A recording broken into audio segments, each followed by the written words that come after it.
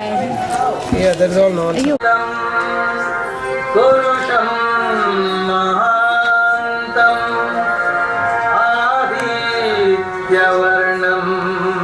तमसः परस्तात् तमेव विदित्वा अतिमृत्युमेति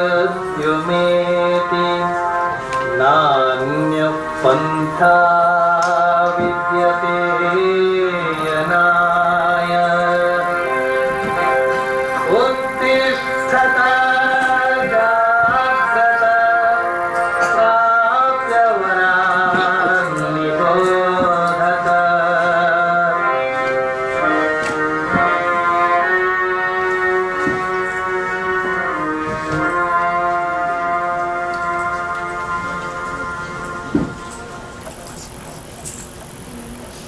Hear ye, children of immortal bliss, even those that dwell in higher spheres.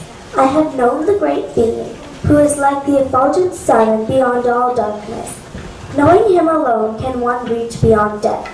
There is no other way, there is no other way.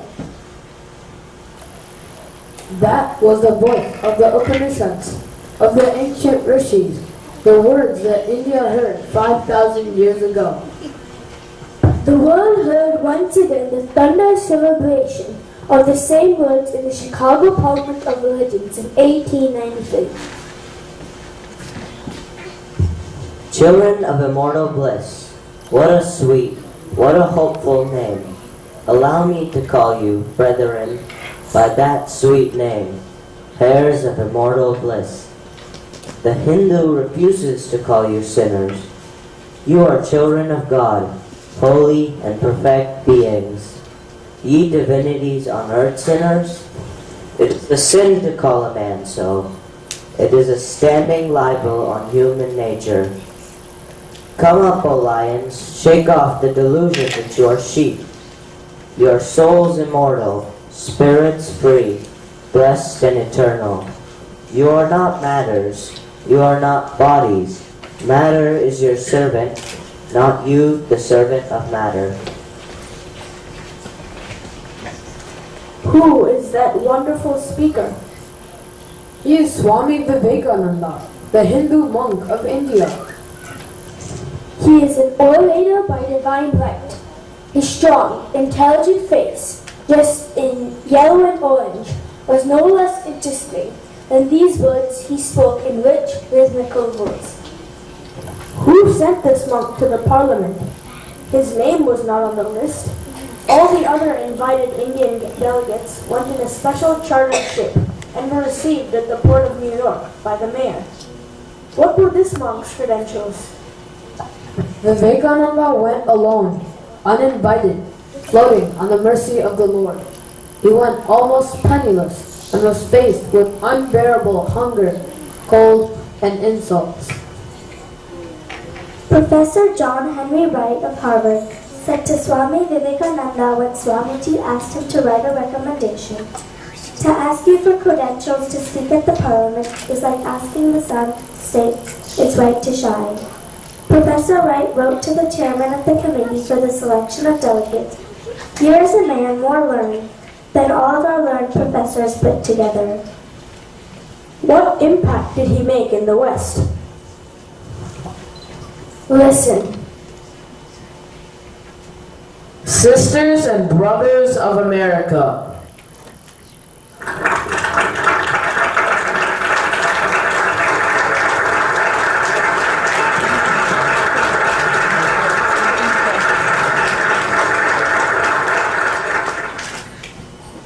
He was seated, and when he sat down, almost exhausted with emotion. The newspapers in America wrote, Vivekananda is undoubtedly the greatest figure at the Parliament of Religions. They felt how foolish it was to send missionaries to India. One Californian wrote, "He is one of the greatest souls that has visited the earth in many centuries." Did he come to America for this popular applause? He came with the intention to take back the knowledge of material prosperity of the West to India, and give to the West the spiritual wealth of India, This he wished to achieve through the youth. He said, 100,000 men and women, fired with the zeal of holiness, fortified with eternal faith in God, and nerved to lion's courage by their sympathy for the poor and the downtrodden, will go the length and breadth of the land, preaching the gospel of help, the gospel of social raising up, the gospel of equality. gospel of social upraising? Gospel of equality? Foolish. No. India will retain her ancient tradition of caste, superiority of priest, the only mediator to God. That is the basis of our Sanatana Dharma. No religion on earth preaches the dignity of humanity in such a lofty manner as Hinduism, and no religion on earth treads upon the necks of the poor and the low in such a fashion as Hinduism.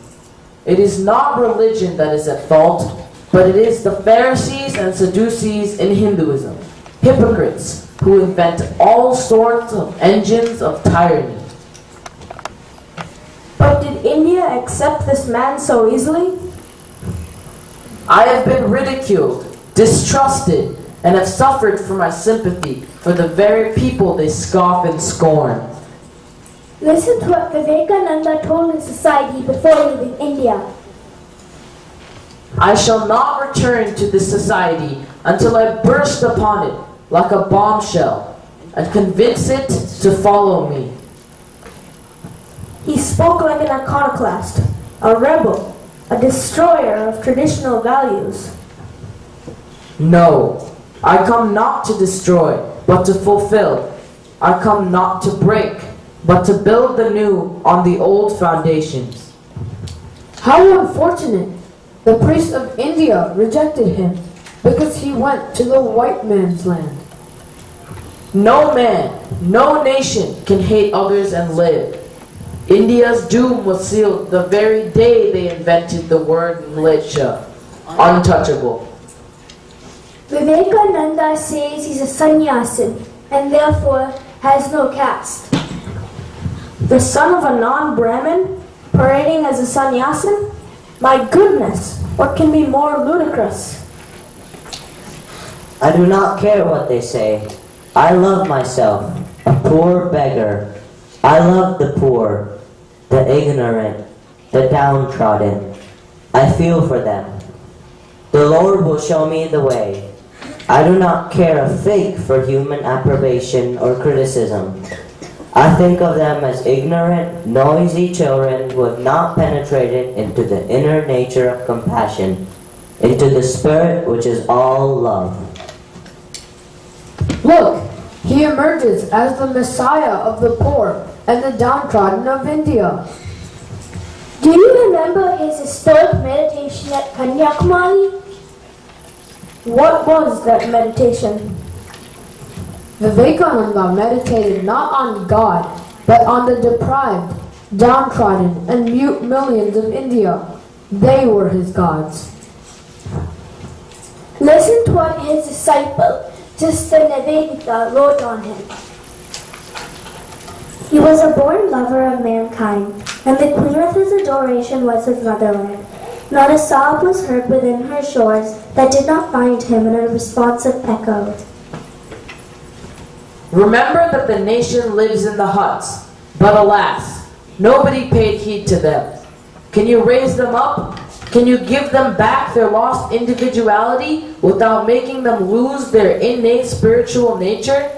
Can you be an occidental of occidentals in your spirit of equality, freedom, work, and energy, and still, at the same time, a Hindu to the very backbone in religious culture? This is to be done, and will be done. You are all born to do it. Did India listen to him? 20,000 men and women stood up to midnight in Colombo to listen to the returning hero.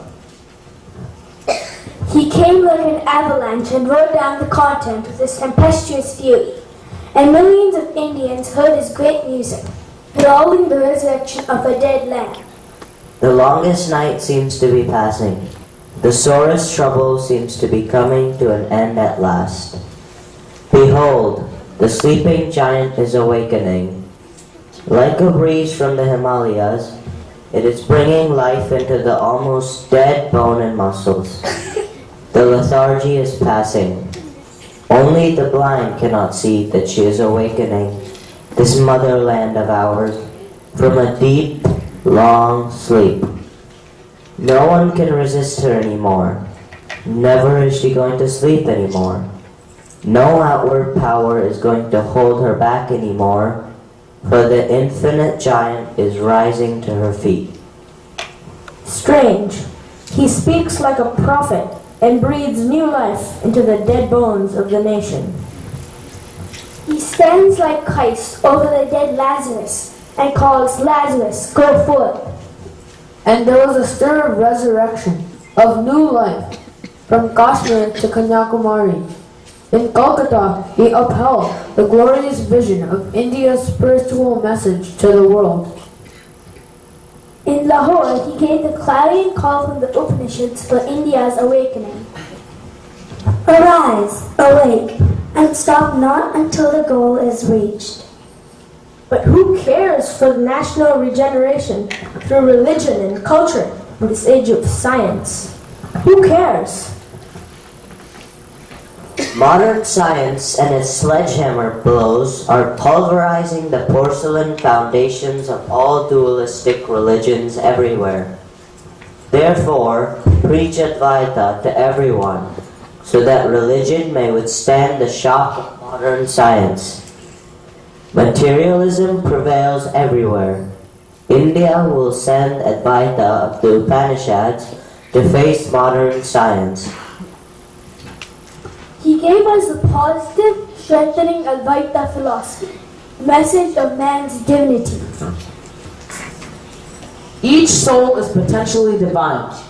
The goal is to manifest this divinity within. Do it either by work or worship or knowledge or psychic control, by one or all of these, and be free. This is the whole of religion. But we know religion is only casteism, flower throwing, coconut breaking, and priests' havanas. Religion is the manifestation of the divinity already in man. Temples and books and churches and dogmas are secondary details.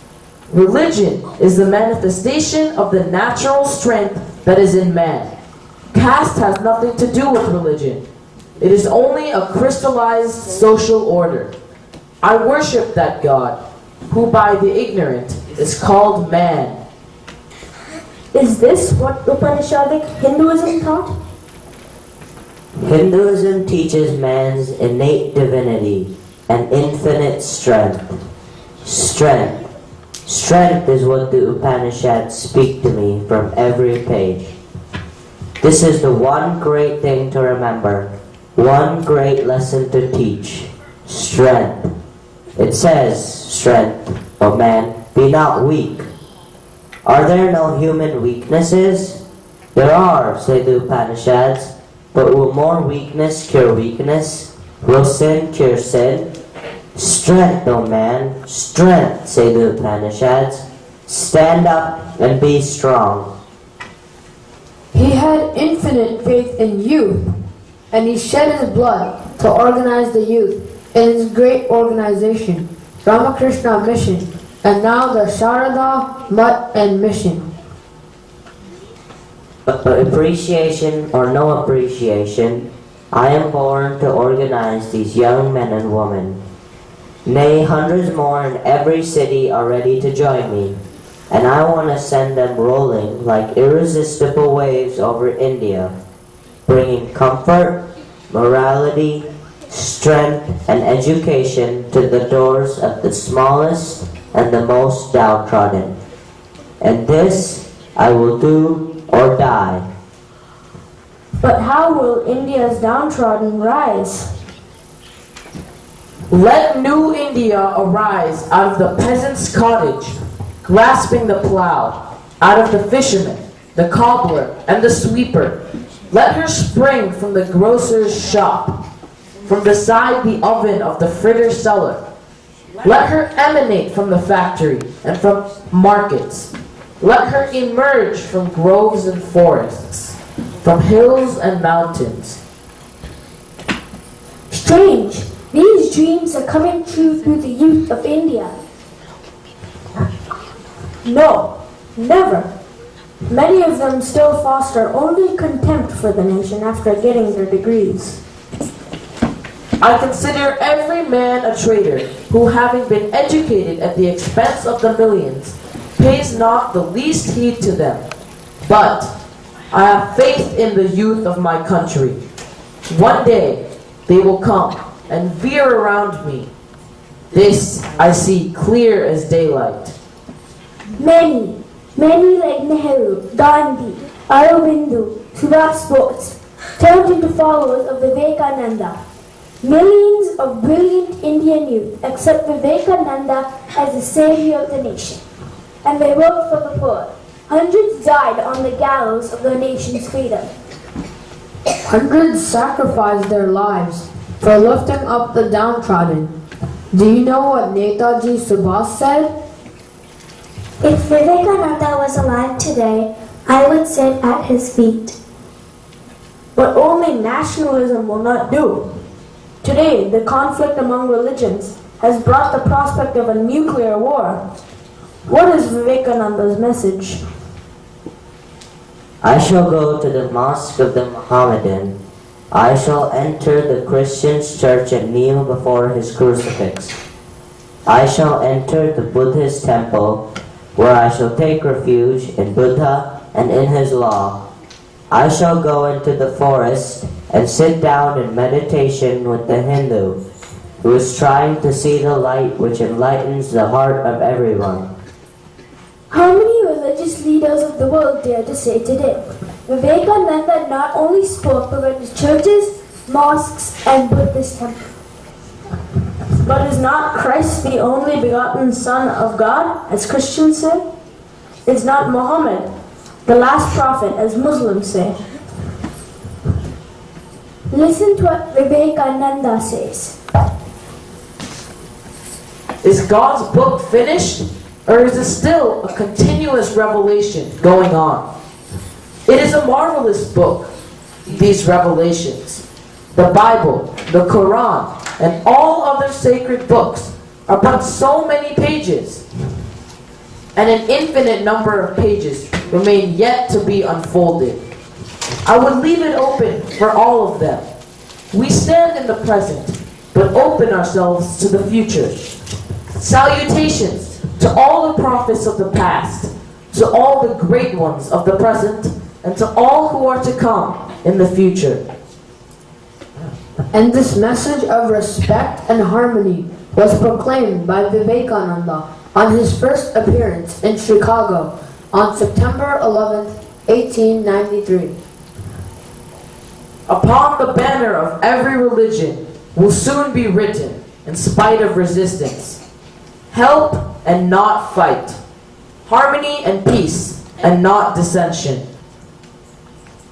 But who will preach it today, when fundamentalists are destroying human lives mercilessly? Hinduism must be clear and spread this message worldwide. This is India's destiny. Go and break upon society like an avalanche. Remember, all expansion is life, and all contraction is death. Will all the talks on Indian culture bring material advancement? Let us just follow the West. Do not be in a hurry. Do not go imitate anybody else. This is another great lesson to remember. Imitation is not civilization. What then is civilization? Civilization is the manifestation of divinity in man. That civilization is the greatest, which produces the highest number of Buddhas and Christs. I have a message for the West, as Buddha had a message for the East. and I gave this message without fear. Will the mild Hindu always remain quiet? It is not true that the energies of the Hindu are spent. It comes out in torrents and deluges the world when the time requires it. As Western ideas of organization and scientific knowledge are penetrating into India, so also Indian ideas of spirituality and philosophy are flowing into the West. None can resist it. Do you know what Americans say of Vivekananda? Columbus discovered the soil of America. Vivekananda discovered the soul of America. Do you know that America is preserving the places Vivekananda lived in when in America as heritage buildings? UNESCO celebrated the centenary of Vivekananda's entrance into the West in 1893 for 4 days. The great Orientalist of 20th century, Basham, said of Vivekananda, Vivekananda is the molder of the modern world. He initiated the counterflow from the east to the west. Strange, he has emerged as the molder of the modern world. He has raised the glory of India to such a height. Listen to what Aurobindo, the sage of Pondicherry, said. Behold, Vivekananda still lives in the souls of her children. Vivekananda was a soul of strength, if ever there was one, a very lion among men. We perceive his influence still working gigantically. We know not how, we know not where, something leonine, grand, intuitive, that has entered the soul of India. Today, the National Youth Day of India rings Vivekananda's message. Not just modern India, but the world resounds with Vivekananda's inspiring message. His prophetic vision inspires and animates millions today. Upon his exhortation, the youth of India rise in sciences, technology, and spiritual culture. India will be raised not with the power of the flesh, but with the power of the Spirit, not with the flag of destruction, but with the flag of peace and love.